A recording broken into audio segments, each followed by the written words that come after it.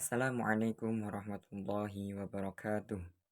Halo semuanya, nama saya Waman Sabutro dengan NIM 2023 010047. Pada kesempatan kali ini saya akan membahas sedikit tentang materi akhlak menurut Ibnu Miskawai, mata kuliah Filsafat Pendidikan Islam yang diampu oleh Bapak dosen Dr. Andes Ahmad Haris, Magister Agama. Nama lengkap Ibnu Miskawai adalah Ahmad Ibnu Muhammad Ibnu Yakub Ibnu Miskawai, atau dikenal dengan sebutan Ibnu Miskawai. Ia dikenal sebagai intelektual muslim pertama di bidang filsafat etika. Ia juga memiliki nama lain kuliah Abu Ali dan lakab Al-Hazin. Ibnu Miskawai lahir di Rai kurang lebih 932 Masehi dan meninggal di Isfahan pada 16 Februari tahun 1030.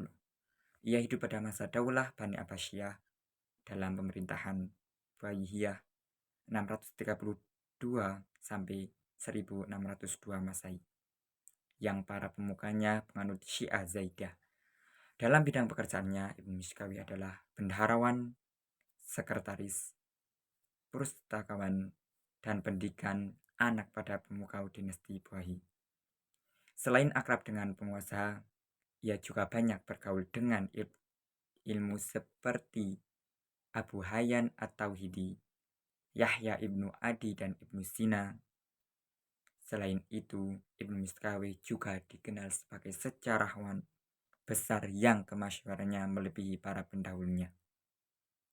Selanjutnya juga ia dikenal sebagai dokter, penyair, dan ahli bahasa. Pemikiran filsafat etika Ibnu Miskawai adalah harmonisasi antara pemikiran filsafat Yunani dan pemikiran Islam.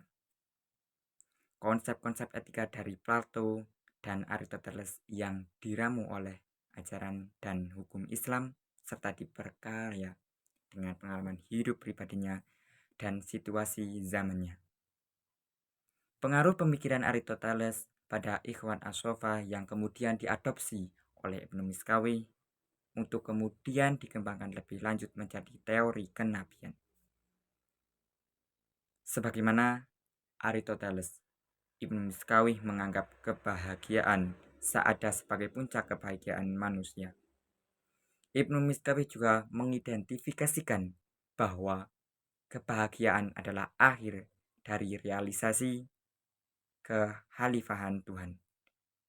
Satu kedudukan yang manusia peroleh melalui evaluasi kosmik dengan kebajikan dari sifatnya yang khas, yaitu rasionalitas. Pemikiran Ibnu Miskawai terkait pendidikan tidak terlepas dari pemikirannya mengenai manusia dan akhlak. Mengenai konsepnya tentang manusia, Ibnu Miskawai memandang bahwa manusia memiliki 3 daya. Yang pertama, daya bernafsu, an-nafs al-bainiyah. Yang kedua, daya berani, an-nafs al-sabiyat. Dan yang ketiga, daya berpikir, an-nafs an-natiqah. Mengenai akhlak, menurutnya akhlak merupakan suatu keadaan dalam jiwa. Keadaan jiwa ini yang membuat manusia berbuat tanpa berpikir atau dipertimbangkan secara mendalam. Akhlak dibagi menjadi 2, yaitu pertama, bersifat alamiah dan bertolak dalam jiwa. Yang kedua, akhlak terciptanya melalui kebiasaan dan latihan. Pada mulanya, keadaan ini terjadi karena dipertimbangkan dan dipikirkan, namun kemudian melalui praktek terus-menerus menjadi karakter. Kedua watak tersebut menurut Ibnu Miskawai pada hakikatnya tidak alami. Meskipun kita diciptakan dengan menerima watak, akan tetapi watak tersebut dapat diusahakan melalui pendidikan dan pengajaran. Oleh karena itu, Ibnu Miskawai menegaskan bahwa pendidikan akhlak didasarkan atas doktrin jalan tengah.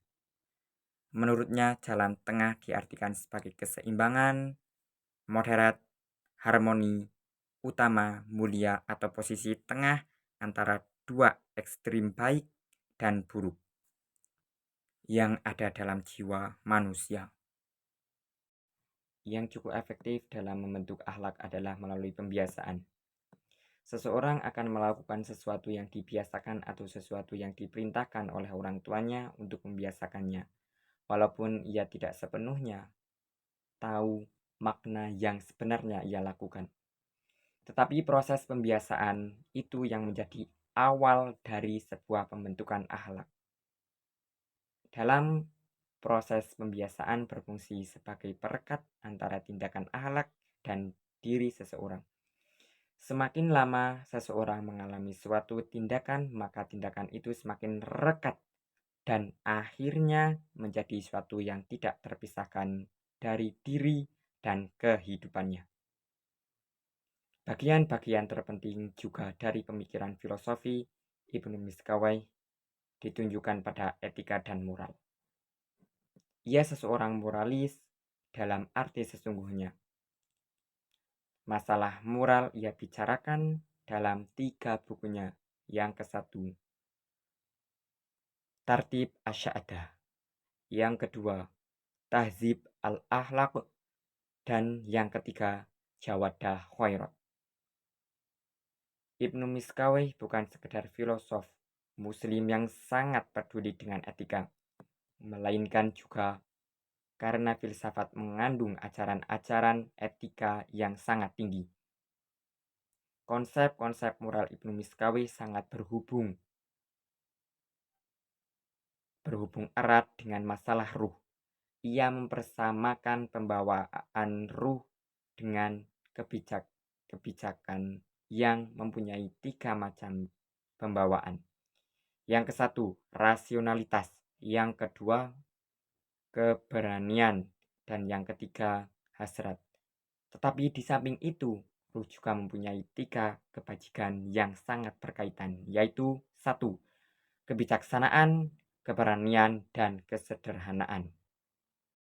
Mengenai fitrah manusia, Ibnu Miskawih berpendapat bahwa adanya manusia bergantung pada kehendak Tuhan. Tetapi baik buruknya manusia diserahkan kepada manusia sendiri dan bergantung pada kemauannya sendiri. Manusia mempunyai 3 macam pembawaan: akal yang tertinggi, nafsu yang terendah, dan keberanian di antara kedua lainnya.